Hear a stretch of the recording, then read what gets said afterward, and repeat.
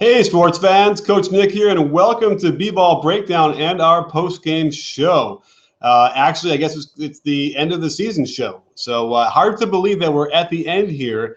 Although, don't forget, it's not the end for us because we have so much programming for you over the summer that you won't even realize that anything has ended when the season does, because we'll have a really cool thing that we're filming tomorrow. If you are an NBA 2K fan, we're going to have a lot of really cool programming for that. We might even get Ronnie on the show to talk to us a little bit tomorrow, so we'll see if he's in town. And we're going to have retro breakdowns. We're going to have a ton of on-court demos. I'm also coaching my team at the tournament.com, so make sure that you go vote for us. I'll make sure to put up the links up on the website and stuff. But if you go find Team B-Ball Breakdown on the tournament.com and give us a vote, I'd love to keep getting more as we go through June, and we have a really good team with some great players. I'm going to be filming all of that, so you'll have a chance to see me in action as a coach. I think it'd be very exciting to find out how I do and how well the team plays in a pretty cutthroat tournament, all for $1 million that culminates in New York in the beginning of August on ESPN. So really cool stuff. Unfortunately, we're not going to be able to get Nate in here tonight because I don't know, it wouldn't work. Sometimes Google stinks. And this is one of those days. So here we are. I'll do it again alone as I normally do it. And let me offer some thoughts on this game to begin with. First of all, I think it's pretty clear we all know that the Golden State Warriors are simply better than the Cleveland Cavaliers. That's sort of what played out through the season, through the series. And that's how it generally works when you have a 7-game series. The better team, the more talented team will come out in the end. You can sneak a game here and there, and it definitely changes some things when you have someone like LeBron on your team. But I think that his performance, unfortunately, ultimately, doomed any sort of MVP for a losing team talk. No matter how well he had done earlier, he had a clunker in Game 5 to some degree, and then he had another one kind of today where he got some points, but he shot very poorly and was actually strangely not aggressive in a way, giving up passes, which I kind of like. But then there were the situations that I saw where I didn't like them. They weren't good passes. They should have been him attacking and then generating a pass for an easier shot for players. So that was a little bit strange. They certainly opened up again small, and the Cavaliers kept their big lineup in, and Mozgov guarded Iguodala, and it looked like it was going to work okay in the beginning, but then Iguodala started to make some shots. These are professional players. Iguodala is weird. Oh, wait a minute. I think we might have gotten a Nate Duncan sighting here. He popped up on my screen. Are you there, Nate? We did. Finally got it to work. I was using the old version of Google Talk on my browser, which nobody cares about. So let's get started. All right. I'm glad to have you. If you guys don't know, this is Nate Duncan, a guy that writes for – well, tell us where you write for, where we can find you before we begin. I am a writing free agent at the moment, actually, but I do the Dunked On Daily Basketball podcast right now. So that's something that's available after pretty much every game, Sunday night through Thursday night. So it's there for your morning commute, Monday through Friday. We do breaking down the games. We're doing salary cap stuff, and we're doing we'll do some draft stuff too. So we should be going 5 days a week at least through free agency. So give that a listen. But let's get to work. Thanks for having me on.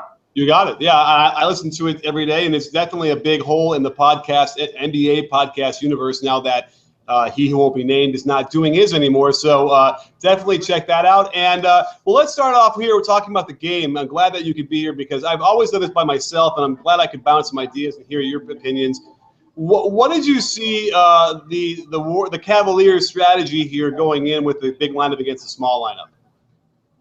Yeah, I think that they decided that they just weren't going to get enough offense without Mozgov on the floor to kind of bully them inside and keep the pace down.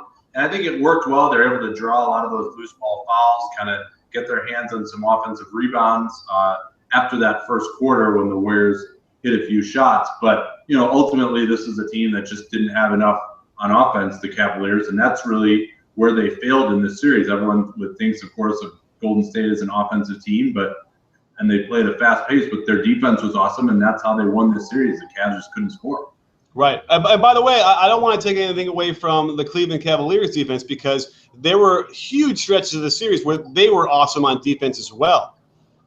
Yeah, they really were. I think finally the Warriors got them figured out, by going with the small lineup. They scored pretty well, like well over a point per possession in games 4 through 6 with the small lineup. But yeah, I mean, the Cavaliers had a great strategy of just ignoring Green. I mean, that was the other thing too, is that going without a center unlocked Green's offense, because when Bogut was in the game or Azili was in the game, he was trying to drive in, and Bogut's man, usually Mozgov, was just waiting at the rim. So I thought that's why that small lineup change was so key, and they were able to score well enough after that, and shockingly for a small lineup, maintain just as good a defense as they had already. Yeah, I mean, I don't think it was a bad strategy, again, to give Iggy those shots. They've tried it in the past, and he's definitely inconsistent, but it just seemed like he got enough of a rhythm there in the first quarter where it just became a problem. But I do want to give props to Coach Blatt for sticking with it, because I do think that Mozgov was, like you said, able to impose his will in a way that they went away from that way too early in Game 5. Well, I thought actually I understood why they did that in Game 5, and the Warriors, for whatever reason, did not go back to the double teaming that completely flummoxed Mozgov early on in that Game 5. They didn't really double Mozgov or Thompson at all, and when they did, it was just as effective. I'm not sure exactly why they did that. I'd be curious to know, but whatever, it worked, so you can't complain too much.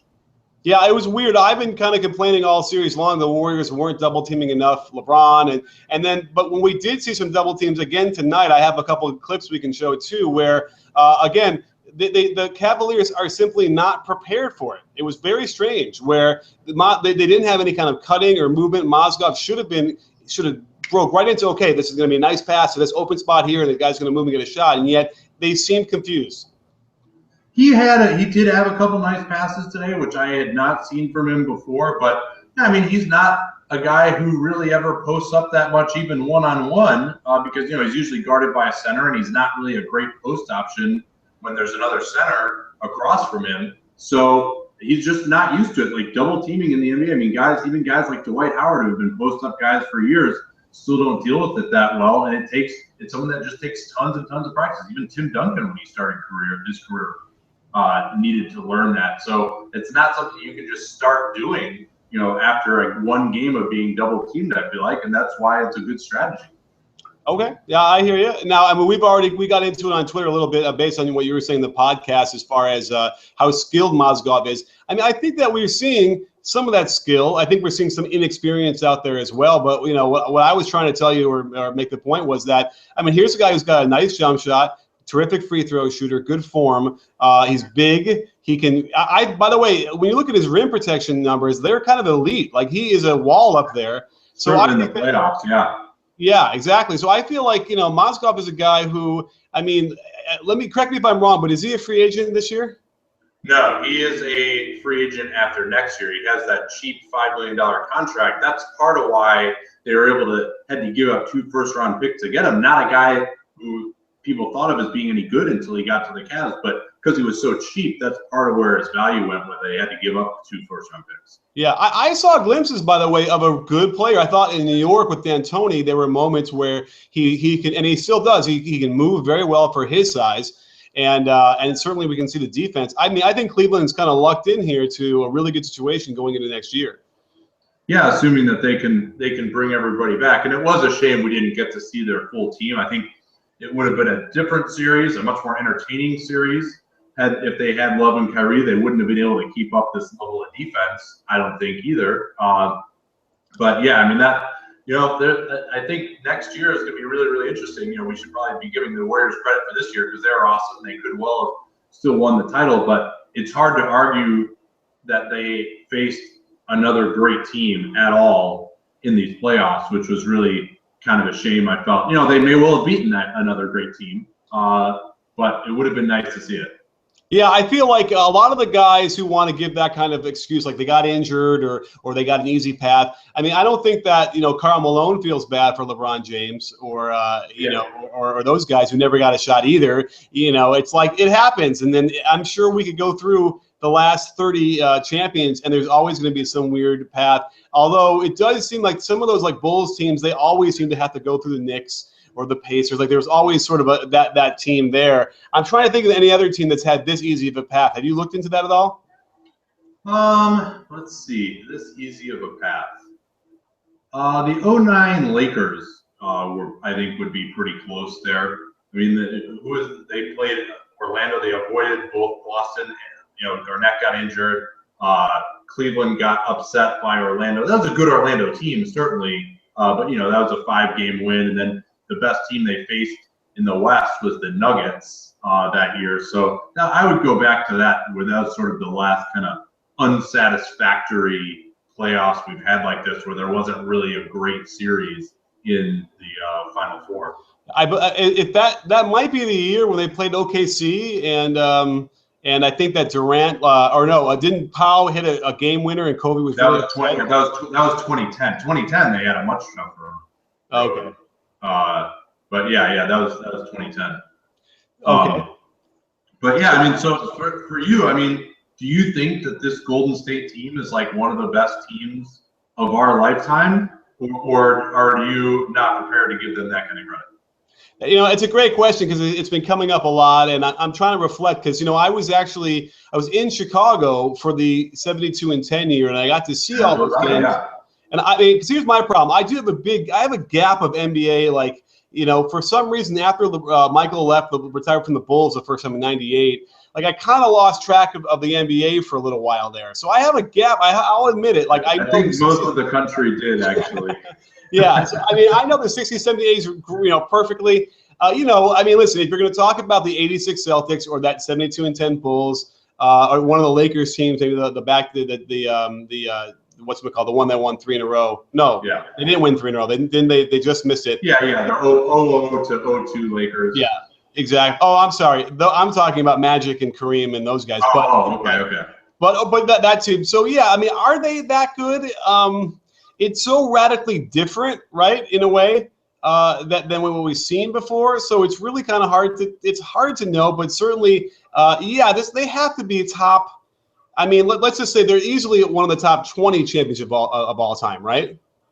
Yeah, I mean, 67-15 is nothing to sneeze at, and top 10 point differential throughout the year is nothing to sneeze at. I mean, if they hadn't kind of tripped up in those first 3 games against Memphis and Cleveland, and had found their rhythm just a little earlier in those series, then we might be talking about them, having the 2 6-game series against those teams that maybe weren't that great is the only stain to me ultimately. But I mean, by the end of the series, they had completely restored order. And this series ultimately was not really as close as even a 6-game would make you think. They won all of the games that they won pretty comfortably, except for that game 1. Okay, let's talk a little overview about the series itself, because you're right. There's a lot of talk from the Cleveland Cavaliers fans where they could have been up 2-0 or 3-0 even just as easily as they were up 2-1. And yet, I think I sense that there was something off with the way they were playing to me. And even with LeBron, today we posted a video about why he wasn't the finals MVP. I have been saying if they get it to a 7th game, then I would understand that their narrative would push him to maybe win that, even if they lost. But just the way they attacked, it was unsatisfying to me, even though it was an amazing turn by LeBron James to some degree. But how did you feel? Did you have that same pang of wanting something more? I did throughout the season, especially when it was Love and Kyrie and they're playing so much ISO ball. I would have loved to have seen more ball movement. David Blatt was reputed to have a great offense coming from Europe, and then for whatever reason that was never implemented.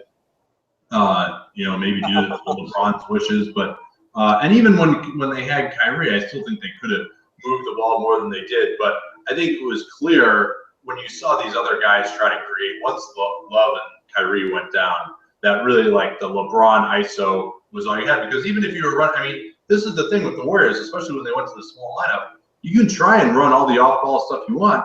They're all the same size. They're just going to switch it. And same thing even with LeBron on pick and rolls. All right, you want to run a pick and roll? Now you got Draymond Green on him. You got to go one-on-one against him instead. So, I mean, really, him going one-on-one, he was their only player who could plausibly create a shot. And I mean, a lot of that speaks to the Warriors' greatness defensively, in the type of interchangeable guys they have. I mean, that ball just destroyed the Hawks. I mean, that another essentially good defensive team, they couldn't deal with that because they couldn't do that type of switching.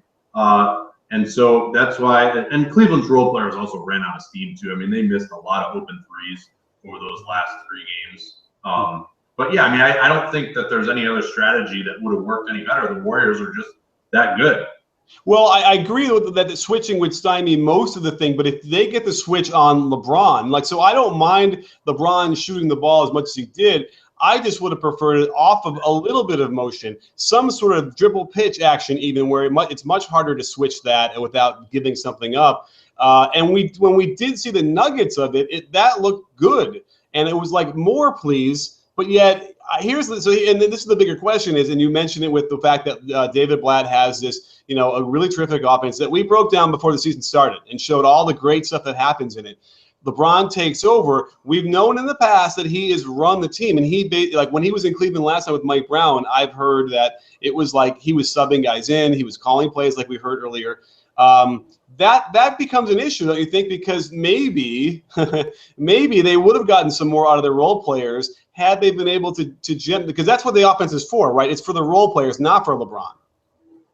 Yeah, well, it's. I mean, I think that may be true, but it's just that, like, I still will stick with the fact that it's just the switching really just killed them, and that I think that's really what it was. I definitely think we'll see what happens next year if they bring everybody back and they're still kind of running this like ISO crap. Then I think we got a pretty good argument, because I was saying the same thing you were at the start of the year. But I mean, when LeBron was off the floor, these guys had, like a 50 offensive rating. They shot 18% coming into this game. Like, that's just comically bad. So, I mean, you can't, and off of his passes and shots, they were still scoring relatively efficiently. So I think that you have to conclude based on that that's all they could have really been doing.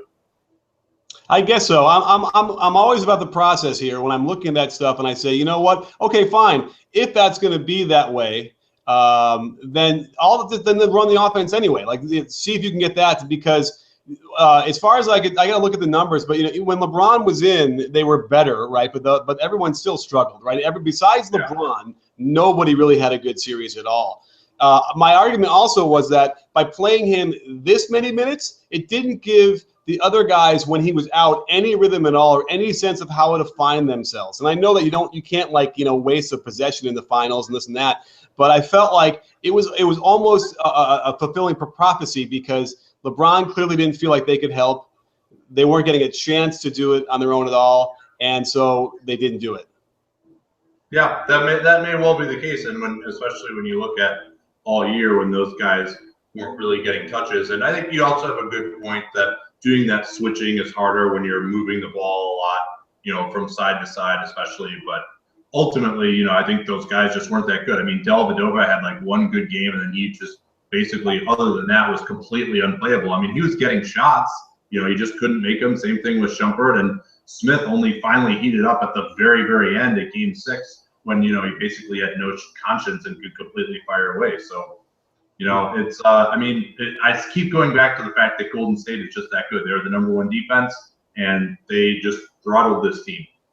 Yeah, I think it's all sort of a moot point, because they were the better team, and that usually is what's going to win out no matter what in a 7-game series. And I've been thinking about just now. We've talked about where that Golden State team sits, and I mean, you're right. They have to be in the top. Maybe top 20 was probably not giving them enough credit. They have to be much higher than that. I would say, somewhere in the top 10. And here's the thing: as a coach, what I keep saying to everybody I talk to about it is, I really wish I was 20 or 21, just starting out coaching, and then watched the Warriors and where it was influenced. Because even when I was young and forming my philosophy, I envisioned the notion of like, God, it would be great to get threes, but I didn't see it, and I couldn't see it. Now I can. So going forward 10 years from now, right, these younger coaches that are exposed to nothing but this, I think it's going to be really interesting to see how that's going to manifest itself in the way everybody plays basketball. Yeah, I agree with you, and I think everyone would love to play like the Warriors, and their influence came from the Spurs, and even going back to those triangle teams as well. But the thing to remember too is they got Steph Curry and Klay Thompson, right? I mean, and all that great, and also I think the Cavs deserve a lot of credit for taking them out of a lot of that beautiful action. I mean, it got to the point where they had to just do a pick and roll with Curry every time. And of course, that worked great because they had to put 2 on the ball, and then it was 4-on-3. You know, so I think that Curry kind of got short shrift in this series because he was moving the ball, and once Draymond Green actually started playing well and they had the small lineup, they really were able to score very effectively. But I think, you know, all that dribble handoff stuff, when you have a big who can't shoot, that doesn't really work as well unless you have amazing shooters like Steph and Clay, because then, you know, you have to bring your big out to potentially help on that, and then you can roll to the basket. If you can just go under on those dribble handoffs and just keep a guy at the rim and not have to guard someone like Bogut doing a handoff, then it becomes a lot easier to guard, and all that ball movement kind of ends up not really happening. And you saw when Bogut got the ball in this series, they did such a great job denying them that he was basically, you know, forced off the floor offensively. Yeah, that Bogut's an interesting case because, you know, obviously they don't really care about his offense per se, but certainly his defense was bad. He just seemed lost. He just seemed constantly like sort of behind and not quite there. And Mozgov, I think, was hurting him a lot in one of those games where they were lobbing it every time he had to foul it to defend that. I wonder if, you know, what the real – something was off. Would you agree, or would you think that just something wasn't his series? Yeah, I think it kind of wasn't his series because of the ISO stuff. I think Bogut is much better in pick and roll. He's a master pick and roll defender. That's his number one skill to me. He's got the ability when guys drive to kind of stay on the axis between the driver and the roll man to prevent the pass and still bother the shot. That's probably his number one skill. He's not really all that amazing at like boxing out. He's not incredibly fast coming over, trying to 2.9 on some of those ISOs. And also he's pretty inconsistent too. I mean, I thought he was actually okay in the first couple games defensively. And then that third game, he just didn't have the energy for whatever reason. That's why I wasn't as high on him as some people were with the defensive awards, because he's not someone who, for whatever reason, has a ton of energy every night, and he didn't in that game 3, and then he just ended up being benched pretty much the rest of the series. But kudos to Kerr for doing that, right? Like, who changes up their starting lineup and a team who is, you know, has won 80 games in the year to that point, or 79 games or whatever it was. That was a remarkable, and it completely changed the series. Well, we're going to have to give kudos to Nick Uren, his assistant, because I believe, you know, he's the guy with the idea, because it would have been natural to put Iguodala in the starting lineup for Barnes, right? But instead, it was that radical, and I thought, yeah, you're right. That was that's what coaching is about, right? Coaching is about forcing the other coach to have to adjust or lose, and I thought that's a nice thing. That's an outcropping of this series, is that perhaps, you know, we're getting the sense of that the coaches are important. I mean, everyone wants to say it's a players' league and the players win, and the coaches usually say that too. But without question, Steve Kerr and his staff had such a huge imprint on their season and this series and the whole playoffs. They were awesome. I mean, really, I follow them pretty much every game. I'm out here in the Bay Area, you know, went to a lot of their games. But really, this is the first coaching staff I can remember where I disagreed with so little of what they did. You know, not to say that I'm like the arbiter of coaching, but I think they just like, and if I did see something that wasn't working, it was almost immediately corrected, you know, and they saw it like very quickly too. And I think they hit all the right buttons. Starting Barnes worked out great. You know, implementing this new offense.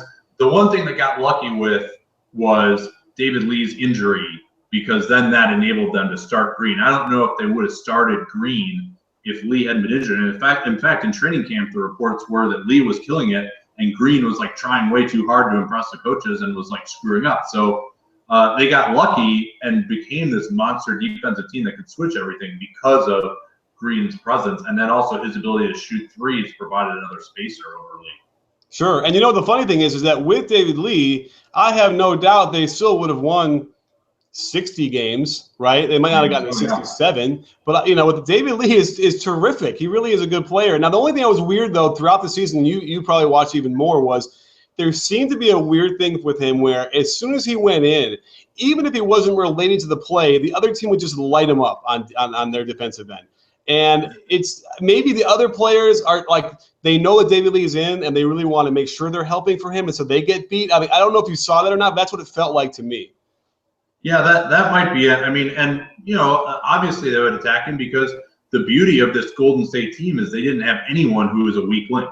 in their starting lineup. And then even when you came in off the bench, you had Livingston, you had Iguodala, even like a guy, deep bench guy like Justin Holiday, Azili, all those guys. I mean, they had like 9 really, really good defenders on the team. So if Lee ever came in, the other team's eyes would just light up. It's like, finally we have somewhere to attack.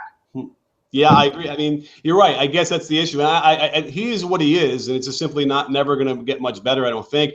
I don't think it's from lack of effort. But what's the story now going forward with the Warriors? Because you are one of those cap guys and who knows the contracts. I don't know any of that stuff. So going forward, what's the landscape look like for the Warriors and who are they going to be able to keep? Well, they should be. All it's going to cost to keep everyone on this team is money. The only major free agent they have after this year is Green. He was making basically $1 million these last couple of years, so very, very underpaid, but he's now a restricted free agent. He very likely will command a maximum salary. If I were them, I would offer him a full 5-year deal.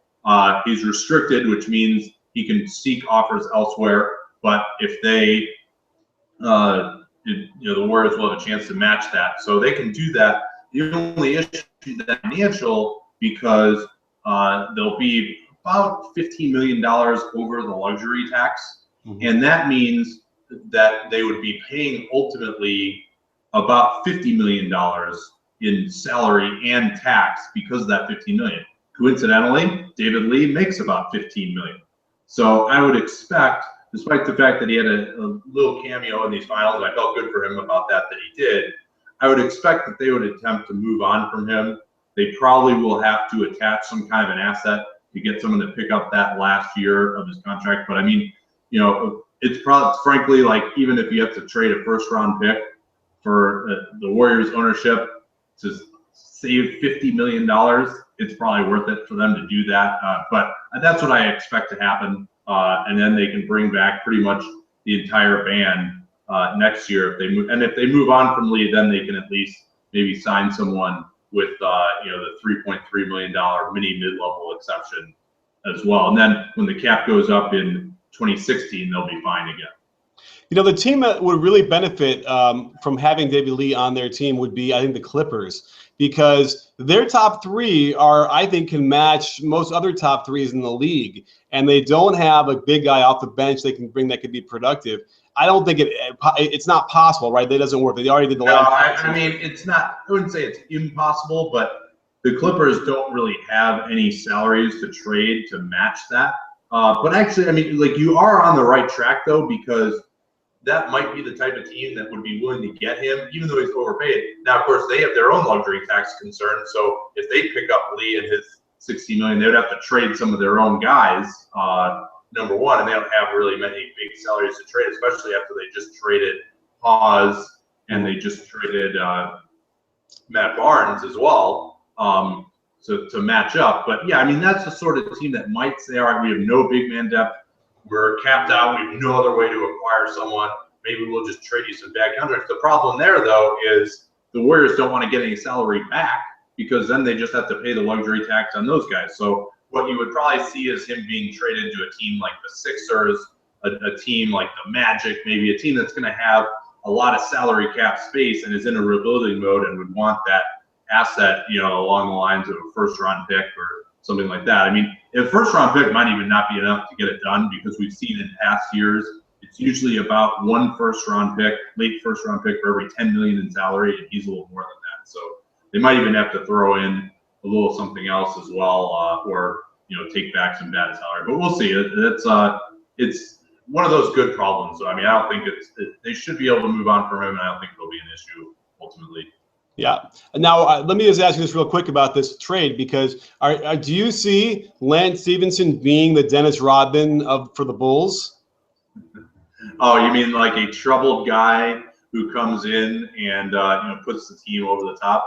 Well, he's about like 1/20th as good as Rodman, so that might be an issue to start with. I mean, I see the parallel with him being sort of troubled, and he does have talent. I just worry that he's not quite a good enough shooter to space the floor for some of their other guys, and really still more of a shooting guard than a small forward. And they need, he can maybe guard. He's strong, so he can probably guard some small forwards, but I don't know. I mean, Matt Barnes was actually better than him last year. Granted, he's old and probably was going to decline this year, but I don't know. I mean, it's a risk, certainly, but an interesting one. I mean, I think a larger part of it, too, is just that they're able to get Haas's contract off the books, which actually runs 2 years longer than Stevenson's. So Stevenson, if they don't like him, they can cut him after this year with no further financial penalty.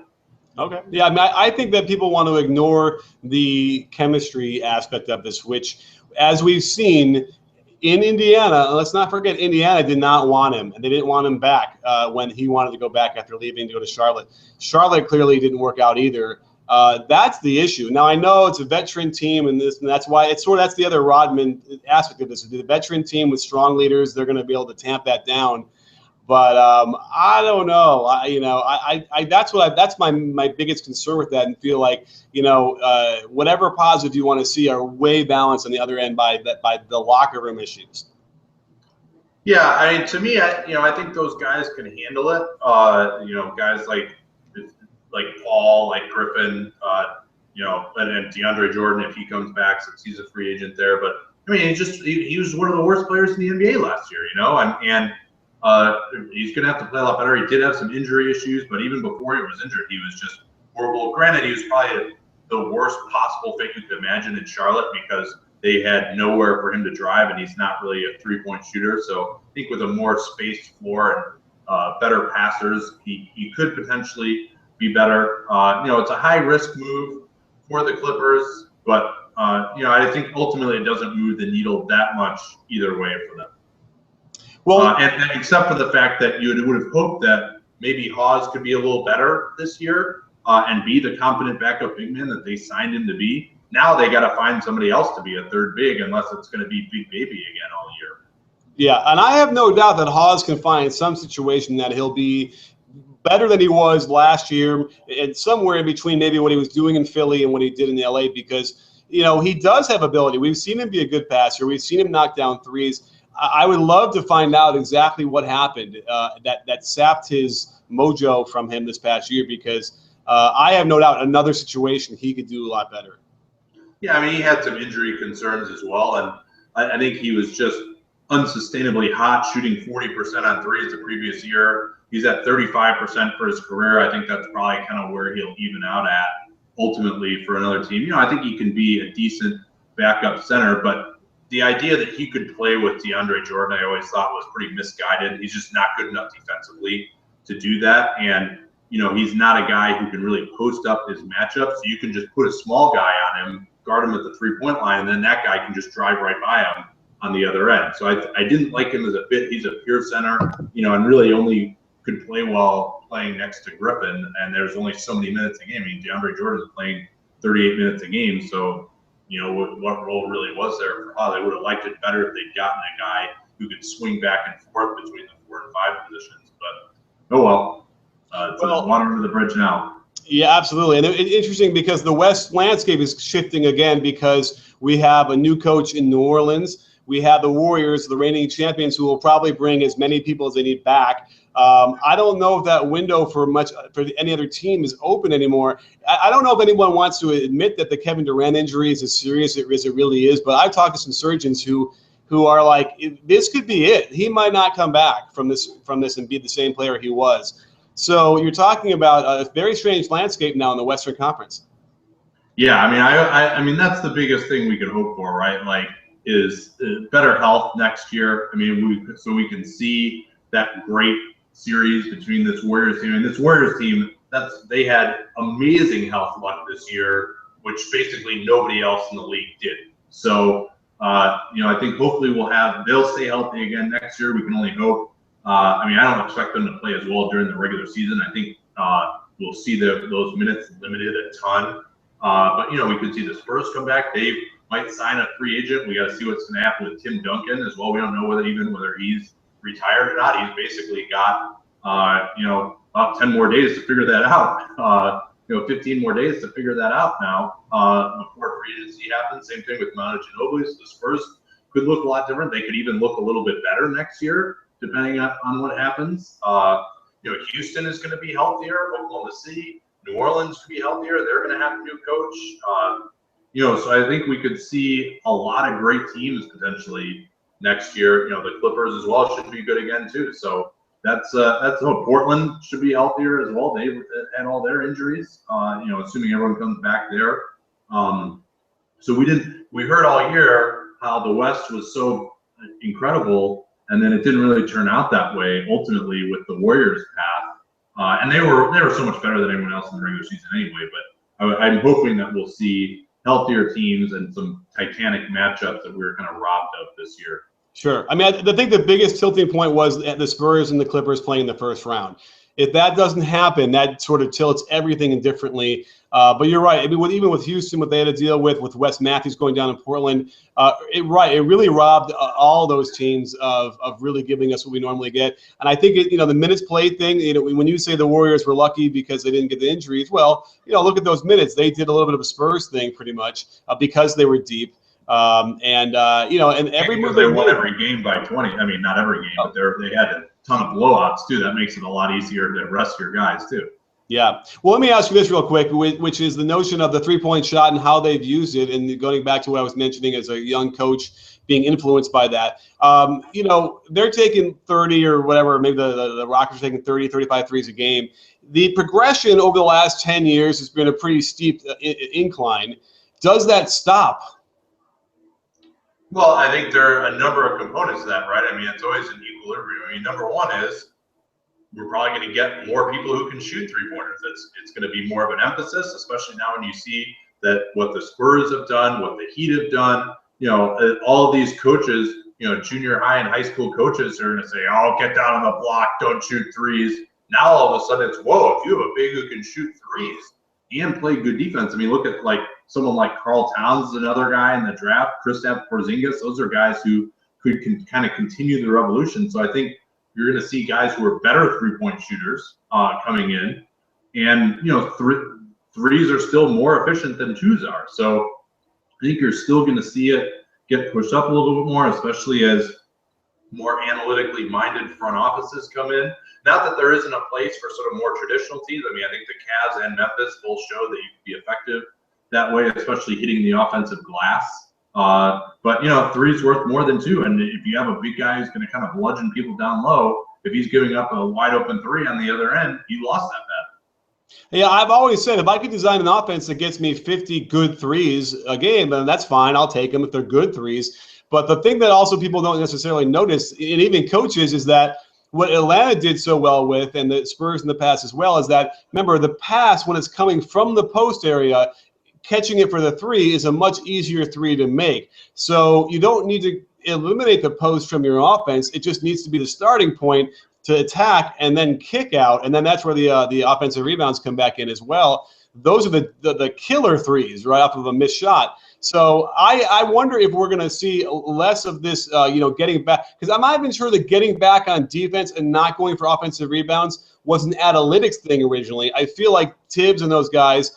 just did it because they didn't want to get beat on the fast break. Yeah.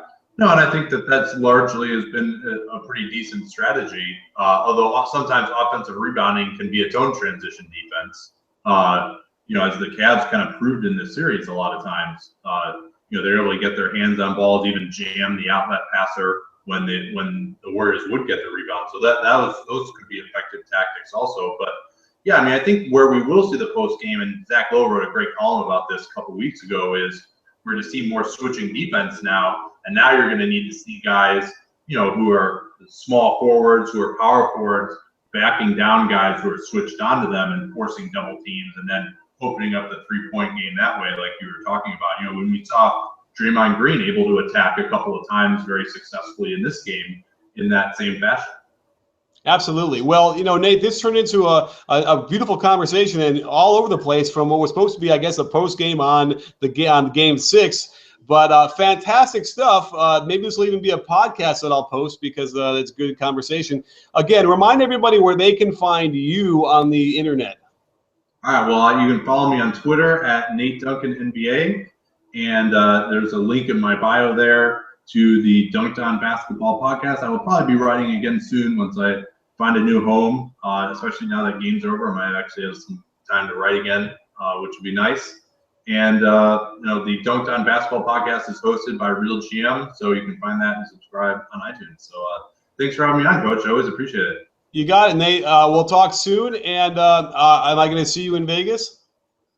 Absolutely. I might actually check out Utah this year, which you might want to do too. I think it's going to be pretty small. They're restarting it. I don't think there are that many teams, so it might be a good chance to like have some conversations with people. Wait, you're saying there's going to be an NBA Summer League in Utah? Yeah. Yeah, they had it a long time ago, and now it's coming back this year. I don't know the exact details, but it's like I think it's like 4 teams, something like that, or in it. Interesting. All right, well, we'll check it out. And thanks for coming on the show, Nate. I'm going to wrap up with some questions from my guys here, but I'll catch you later up on Twitter. Thanks for having me. All righty. Well, sports fans, that was Nate Duncan, and make sure that you listen to his podcast. I know I do as much as I can.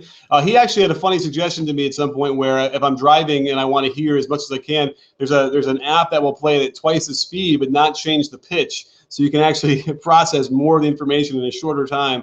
I don't know. I'll have to try it one day. We'll see if I can follow with that. But, terrific conversation. I think we covered a lot of the things I would have normally done. I think what I'll do is let's go to some questions, shall we? I have my my Twitter stuff all hooked up here. Let me find the screen sharing for this. Give me 1 second. Where is it? Is this it? Let's see here. Hang on for one. Let me find it. Here it is. All right. Let me share again. Again, Google, stop making me press this button to share. Okay, so let's answer some questions, shall we? The first one up is an old one, even that was older, but I figured I could still answer this one, which is Mike Miller had a lot of influence as a vet, it seems. Do you see him coaching after his career, high IQ and popular? Absolutely. He seems like a real respected player and, got a good meter. Like people like to talk to him. He's got that good rapport. So I would be surprised if he wasn't. James Jones the same way. Let's see here. Underdog asks, why isn't LeBron posting up as much and why wouldn't they insert Marion? The Marion question is good. I should have asked that with Nate, but I have a feeling that they're watching Nate. They're watching Marion in practice, and he's not moving very well. And they're like, he can't play. There's no other explanation because they certainly could have used another body with experience.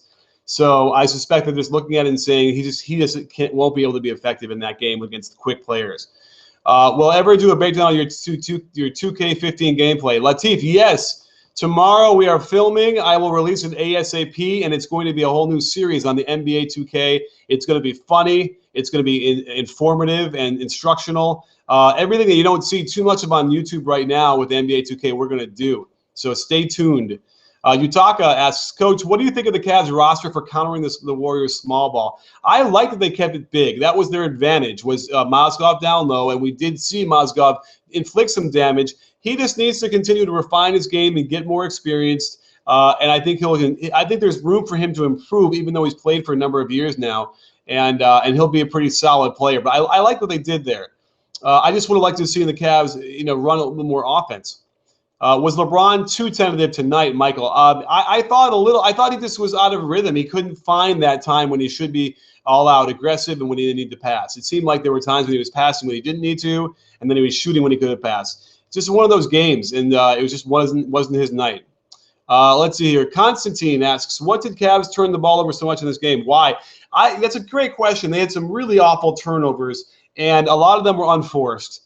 And it's one of those things that they're kind of contagious. Sometimes you start to throw it away, and the next thing you know, another guy is a little bit, not strong with the ball, just throwing it away. Guys getting the ball in weird positions that are not out of their offense, which is another reason why they needed to run more of their strict sets because guys are more comfortable with that. So it was a real problem, and it was the one game where they couldn't afford to do it, and that was going to doom them no matter what. Solo asks, do you think that always double-teaming Curry on pick and roll was the correct pick for Cleveland? No, I think that you need to vary it. These players are so good that if you're doing the same thing over and over again, they get used to it. They know how to slice it up, and certainly the Warriors were slicing up that double team. But I like the idea of getting it out of his hands, and it certainly held him down in a lot of different times. And what worked the best for them was when Dellavedova could pressure him on the weak side when they were trying to run Curry off screens. So when the Warriors finally got to just running Curry off the pick and roll like he was good at, that's what ultimately doomed the Cavaliers. Sirocco asks, what's next for Cleveland? Just getting healthy. They have to figure out the Kevin Love situation. and if he's going to stay. It doesn't look like he will, but maybe they don't even need him. But they just need to get the other guy, Kyrie, healthy, and that will help. Obviously, Kyrie healthy and LeBron rested, they'll put him in pretty decent position, I would think. They'll probably have to replace Miller and Marion, and that'll be interesting to see how that frees up and what kind of cash they have. Solo also asks, was the Game 5 the best game in the series for the Warriors? How much did that fourth quarter impact series? Yeah, I mean, I think that was probably their greatest stretch where they had that really great run in the fourth quarter of Game 5. They did pretty well in Game 6 too. But yeah, I think I might have to pick Game 5. I have to look at all of them again to kind of remind myself. But yeah, Sirocco asks, what changed the series? I think it would all in the starting lineup. That sort of broke open what they needed to get broken. Alfredo asks, there's a myth that point guard-driven teams always lose in the playoffs. The Warriors have broken that trend. Is this myth true? What did the Golden State do to combat this said belief? I mean, certainly, I had done an article not a year or two ago about how a team that had a point guard take as many as 19% of the team's shots total had not won a championship since 1980 and probably before that. And I think part of the issue was when you have a primary ball handler that's shooting the ball, it's hard to manage that. Other players get jealous, they get upset, and then it kind of ruins team chemistry.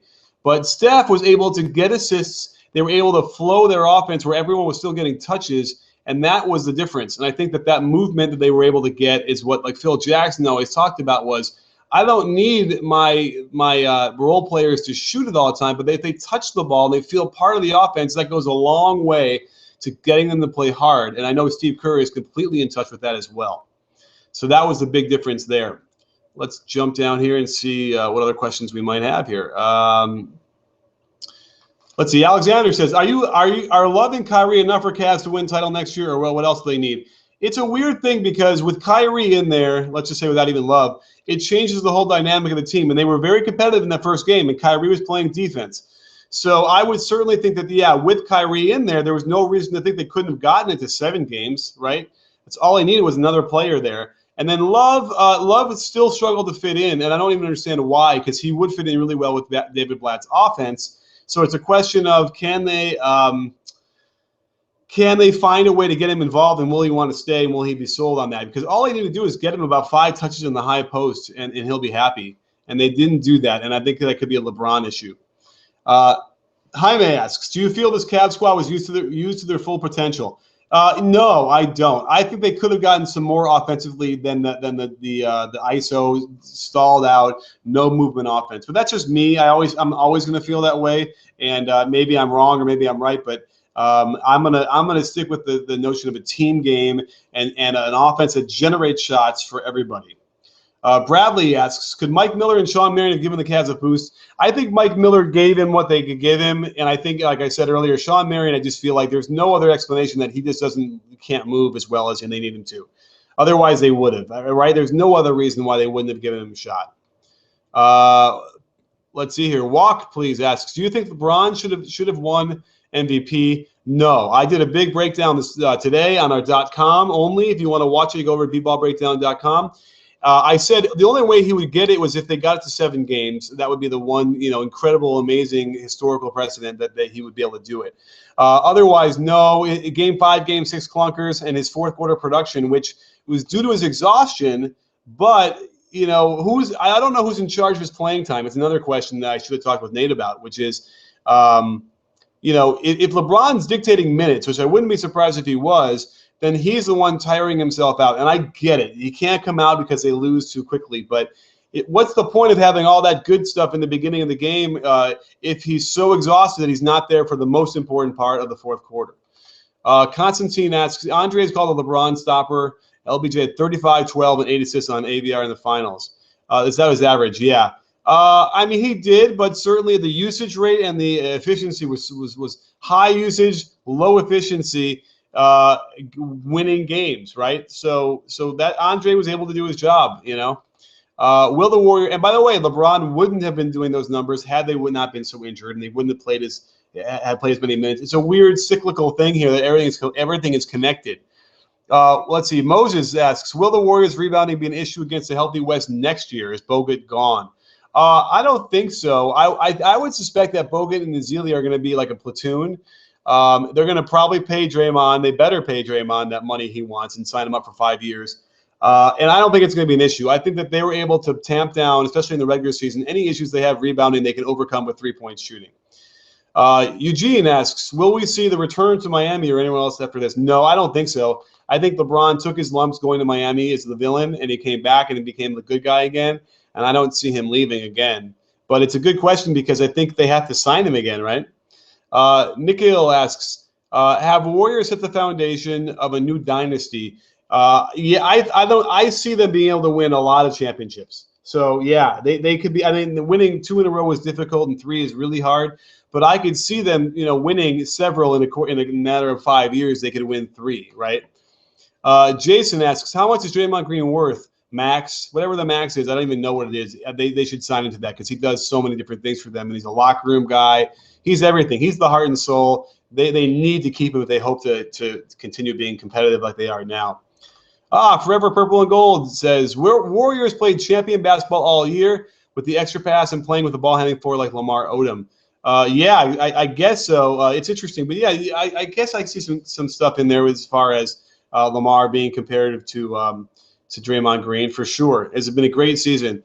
Daddy asks, you probably can't teach how to shoot like Steph, but you can and should teach how to pass off a double team like Steph. I think you can teach.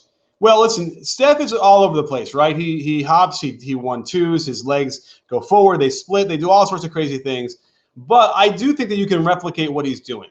Eventually. I think players who are 8 and 10 years old now that are growing up are going to learn how to shoot off the dribble like he does. And we're going to have a bunch of those guys going forward. And that's going to be exciting. Let's see. Muyan thought that Curry should be the final MVP. He had a good argument. He had good numbers as well. But it's a testament to just how much Iggy had to do. And in the last game, he shot well. He did well. He kept them afloat when they were having trouble scoring. So, it's one of those things. It's a nice story that Andre gets to win it. And our last question, why is Iguodala such a terrible free throw shooter? I saw this question earlier, and, I'll have to go look at his mechanics because he's really wildly inconsistent everywhere. Even, from the field. He can shoot threes, he can shoot mid-range, but then he'll go off and miss and make, and he's crazy over there. Drives coaches crazy.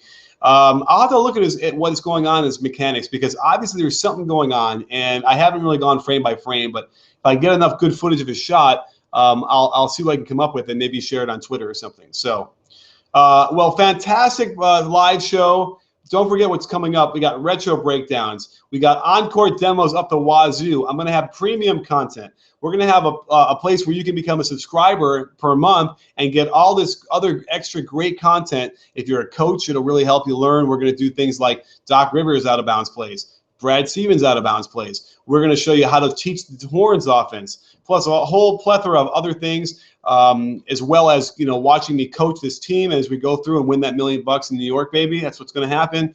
And we will be as busy as we've been all season long in the offseason. So stay tuned for that. And don't forget, sports fans, at BBallBreakdown, we're not a channel. We're a conversation. You in?